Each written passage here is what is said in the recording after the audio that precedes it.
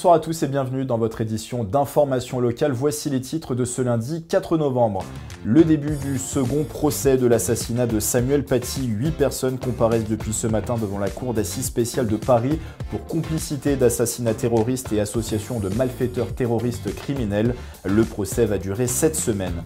C'est une seconde jeunesse que s'apprête à connaître la place Jacques Brel à Guyancourt. Des travaux de réaménagement vont démarrer pour au moins 6 mois. L'objectif, désimperméabiliser ce lieu très bétonné. Et puis dans la partie sport, focus sur le basket dans les Yvelines. Le département compte 13 000 licenciés et 56 clubs. Des chiffres en constante hausse. Doit-on y voir l'effet JO et Victor Wembanyama? Interview à suivre dans ce journal.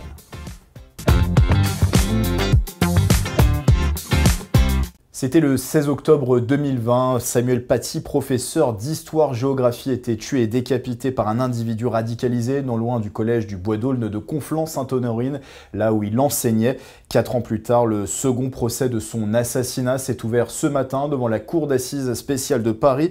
Après la condamnation de 6 mineurs l'an passé, ce sont cette fois-ci 8 adultes qui comparaissent, soupçonnés d'être impliqués dans l'engrenage qui a abouti au meurtre. Les précisions de Clara de Frutos. Ils sont 8 à être sur le banc des accusés ce lundi matin. 7 hommes et une femme sont jugés pour leur implication présumée dans l'attentat visant Samuel Paty, professeur d'histoire-géographie, décapité le 16 octobre 2020 par un terroriste islamiste au collège du Bois d'Aulne à Conflans-Sainte-Honorine. Dans le box, on retrouve 2 proches de l'assassin. Accusés de complicité d'assassinat terroriste, ils sont soupçonnés de l'avoir aidé dans ses préparatifs. Ils encourent la réclusion criminelle à perpétuité. 2 autres personnes sont jugées pour association de malfaiteurs terroristes. Parmi eux, Brahim Chnina, le père de la collégienne qui avait accusé Samuel Paty d'avoir montré des caricatures de Mahomet jugées obscènes. Avec lui, Abdelhakim Sefrioui. Tous 2 sont accusés d'avoir relayé sur les réseaux sociaux des vidéos stigmatisantes visant Samuel Paty.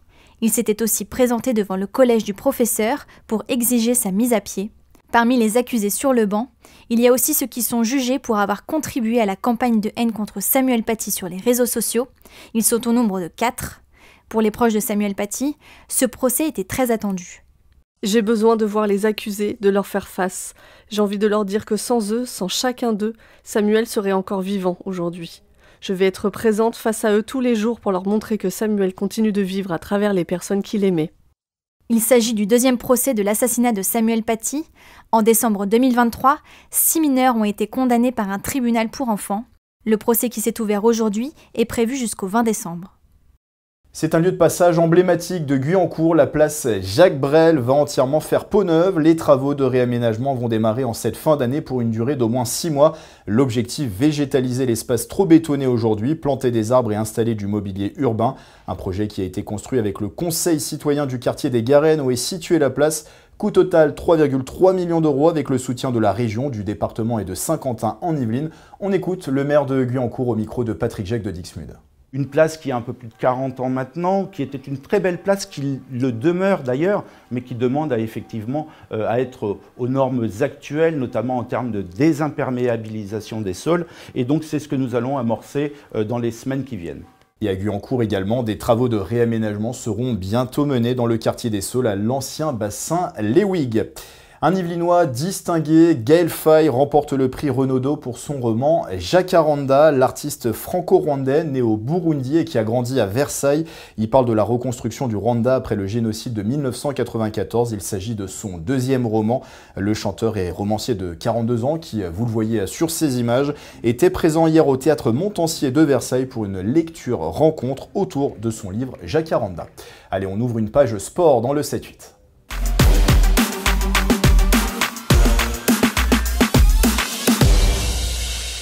Ça va mieux pour le Football Club de Versailles qui vient d'enchaîner une 2e victoire d'affilée dans le championnat de national. Succès 3-1 vendredi sur la pelouse de Villefranche-Beaujolais pour le compte de la 11e journée.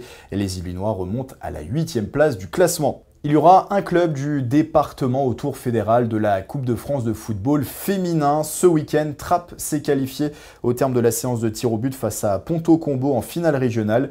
Il y avait eu un partout à l'issue du temps réglementaire. Les joueuses trappistes seront fixées sur leur prochain adversaire ce mercredi avec le tirage au sort du tour fédéral.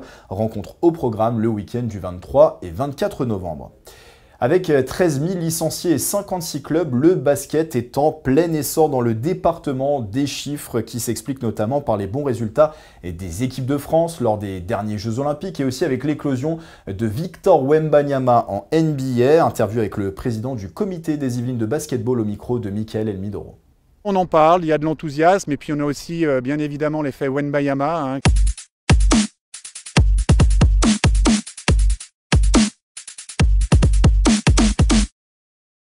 On a explosé au nombre de licenciés, là notamment la saison dernière, on est à 13 300 licenciés. On est le premier comité d'Île-de-France, 9e comité français. Tout ça c'est encourageant, c'est bien évidemment les très bons résultats de nos équipes nationales, notamment au niveau des 2 dernières Olympiades. On a les JO de Tokyo où on a donc une médaille d'argent en garçon, une médaille de bronze en filles, et les JO de Paris où on a 2 médailles d'argent en filles et en garçons, et une médaille d'argent au niveau du basket 3-3.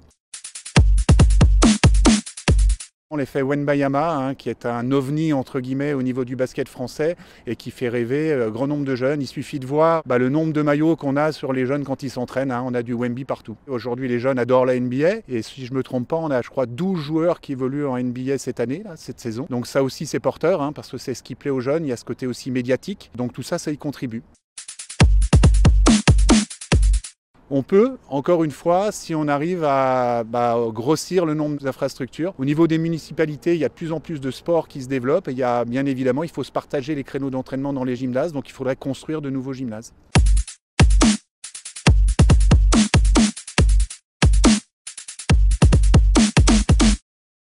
Une habitante de Villepreux, Scheherazade Diman, participe jusqu'à samedi au Marathon des Sables en Jordanie.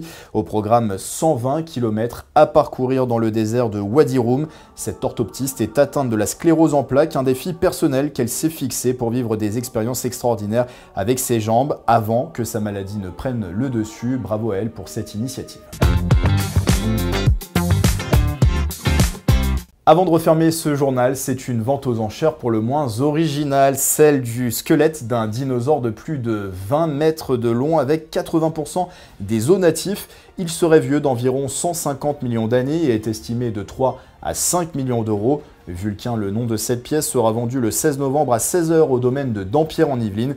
Il serait, selon les maisons de vente Colin du Bocage et Barbarossa, le plus grand dinosaure jamais mis aux enchères dans le monde. Voilà, c'est la fin de ce journal. Merci de votre fidélité. Belle soirée sur TV78.